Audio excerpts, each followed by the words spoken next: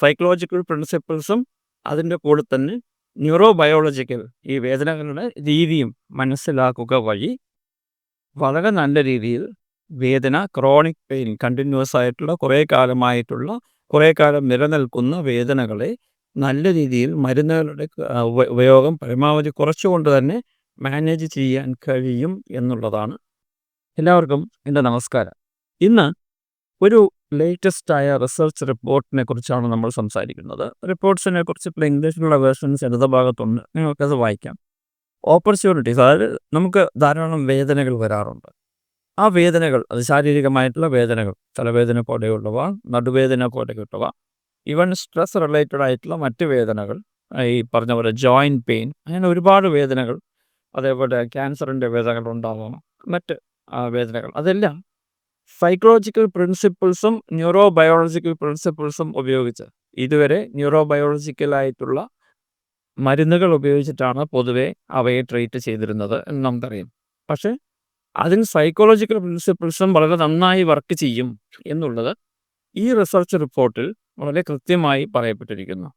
അതായത് ഈ പറയുന്ന ഈ താഴെ ഞാൻ എഴുതിയിരിക്കുന്ന 2025 സ്റ്റഡി, ഈ ലീൻ വെയ്സ്, ടോർണി വേഗർ ആൻഡ് ക്രിസ്റ്റഫർ എക്ലിസ്റ്റൺ ഇവർ ഒരു സ്റ്റഡി നടത്തിയിരുന്നു, ലാൻസെറ്റിൽ പബ്ലിഷ് ചെയ്തിട്ടുണ്ട്. ഈ സ്റ്റഡി അനുസരിച്ച് ഒരു വേദന അനുഭവിക്കുന്ന, ക്രോണിക് പെയിൻ ആണ് ഉദ്ദേശം, വളരെ കാലമായി നിലനിൽക്കുന്ന ഞാൻ നേരത്തെ പറഞ്ഞ വേദനകളെ നമ്മൾ മാനേജ് ചെയ്യുന്നതിന് സാധാരണഗതിയിൽ മരുന്ന് മാത്രം പോരാ, അതിൻ്റെ കൂടെ തന്നെ സൈക്കോളജിക്കലായിട്ടുള്ള പ്രിൻസിപ്പിൾസും ഉപയോഗിക്കാം എന്നാണ് ഈ സ്റ്റഡീസ് പറയുന്നത്.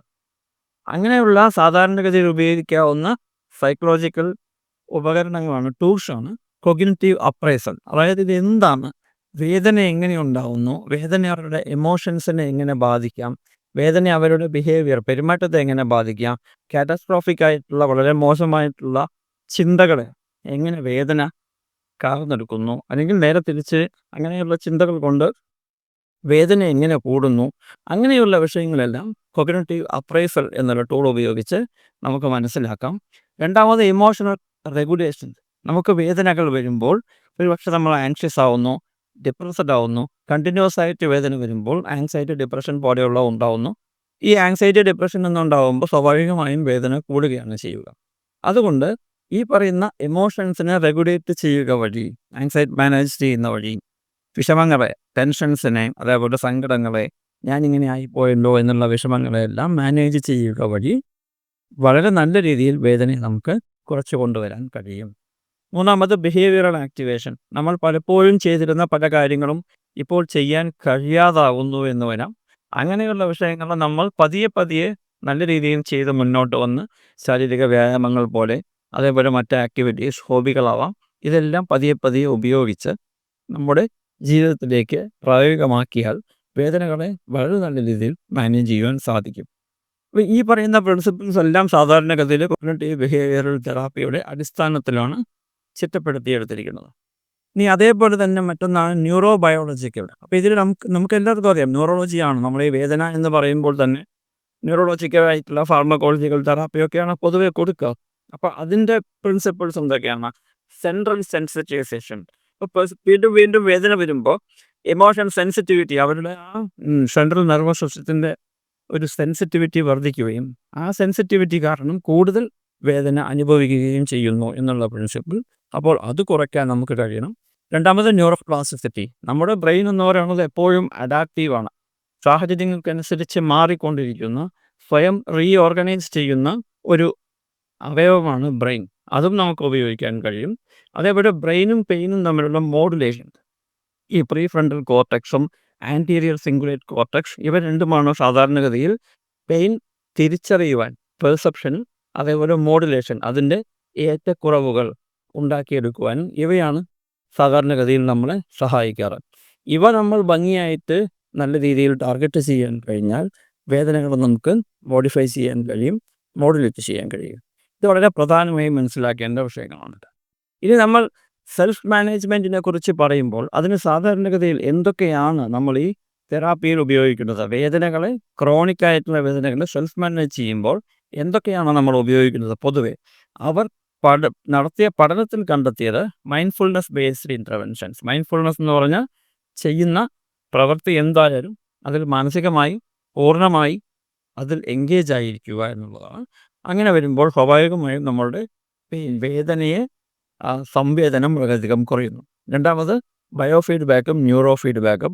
അത് ചില ടെക്നിക്സാണ്. റിയൽ ടൈം നമ്മുടെ ശരീരത്തിലുണ്ടാവുന്ന ഫിസിയോളജിക്കൽ ശാരീരികമായിട്ടുള്ള പ്രോസസ്സിനെ എങ്ങനെ നമ്മൾ കാണുന്നു എന്നുള്ളതിനെ എക്സ്പ്ലെയിൻ ചെയ്യുന്നൊരു പ്രോസസ്സാണ്. അതും പെയിൻ മാനേജ്മെൻറ്റിന് സഹായിക്കുന്നു. കൂടാതെ ഡിജിറ്റൽ ഹെൽത്ത് ടൂൾസ് ഉണ്ട്. നമ്മുടെ മൊബൈൽ ഫോണിൽ ഇൻസ്റ്റാൾ ചെയ്യാവുന്ന ആപ്ലിക്കേഷൻസ് ഉണ്ട്. അവയുപയോഗിച്ചും നമുക്ക് ഈ പെയിൻ മാനേജ്മെൻറ്റ് നമുക്ക് നടത്തിയെടുക്കാം എന്നുള്ളതാണ്. ഇത് ക്ലിനിക്കൽ പ്രാക്ടീസിൽ എങ്ങനെ സഹായിക്കുന്നു?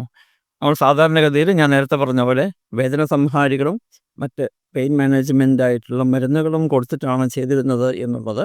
ഇനി ഇവരുടെ അഭിപ്രായ പ്രകാരം മരുന്നുകൾ മാത്രമല്ല, ന്യൂറോളജിസ്റ്റും പെയിൻ മാനേജ്മെൻറ്റ് ചെയ്യുന്ന ഡോക്ടറും അതുപോലെ തന്നെ അവരുടെ കൂടെ സൈക്കോളജിസ്റ്റും ഒരു പക്ഷേ കൗൺസിലറും ഈ തെറാപ്പിസ്റ്റും എല്ലാം ഉൾക്കൊള്ളുന്ന ഒരു ടീമായി വർക്ക് ചെയ്യാം എന്നാണ് പറയുന്നത്. അതേപോലെ മൾട്ടി ഡിസിപ്ലിനറി ടീംസ് ഇതിൻ്റെ കൂട്ടത്തിലുണ്ടാവണം. പിന്നെ പേഷ്യൻസിന് ഈ പറയുന്ന വേദന അനുഭവിക്കുന്ന ആളുകൾക്ക് നല്ല പോലെ ഇതിനെക്കുറിച്ചിട്ടുള്ള എഡ്യൂക്കേഷൻ കൊടുക്കണം, അറിവ് കൊടുക്കണം. ഈ വേദനയെ ഏത് രീതിയിലാണ് നമ്മൾ കൈകാര്യം ചെയ്യാൻ പോകുന്നത് എന്നുള്ളത് അവർക്ക് പറഞ്ഞു കൊടുത്ത് അവർക്കതിന് കഴിയുമെന്നുള്ള മോട്ടിവേഷൻ നമ്മൾ കൊടുക്കണം. ഇതെല്ലാം പതിയെ പതിയെ നടക്കുമ്പോൾ നല്ല രീതിയിൽ ഈ പെയിൻ മാനേജ്മെൻറ്റിന് സഹായിക്കും എന്നുള്ളത് ഉറപ്പാണ് എന്നാണ് ഈ പഠനം നടത്തിയവർ പറയുന്നത്. ഇതിൻ്റെ കൺക്ലൂഷൻ സൈക്കോളജിക്കൽ പ്രിൻസിപ്പിൾസും അതിൻ്റെ കൂടെ തന്നെ ന്യൂറോ ബയോളജിക്കൽ ഈ വേദനകളുടെ രീതിയും മനസ്സിലാക്കുക വഴി വളരെ നല്ല രീതിയിൽ വേദന, ക്രോണിക് പെയിൻ, കണ്ടിന്യൂസ് ആയിട്ടുള്ള കുറേ കാലം നിലനിൽക്കുന്ന വേദനകളെ നല്ല രീതിയിൽ മരുന്നുകളുടെ ഉപയോഗം പരമാവധി കുറച്ചുകൊണ്ട് തന്നെ മാനേജ് ചെയ്യാൻ കഴിയും എന്നുള്ളതാണ്. അതാണ് ഈ പഠനത്തിൽ തെളിയിക്കപ്പെട്ടിരിക്കുന്നത്. ആ പഠനത്തിൻ്റെ ഒരു റെഫറൻസ് ഞാൻ ഇവിടെ കൊടുക്കുന്നു. ഈ വീഡിയോ കണ്ട എല്ലാവർക്കും നന്ദി, നമസ്കാരം.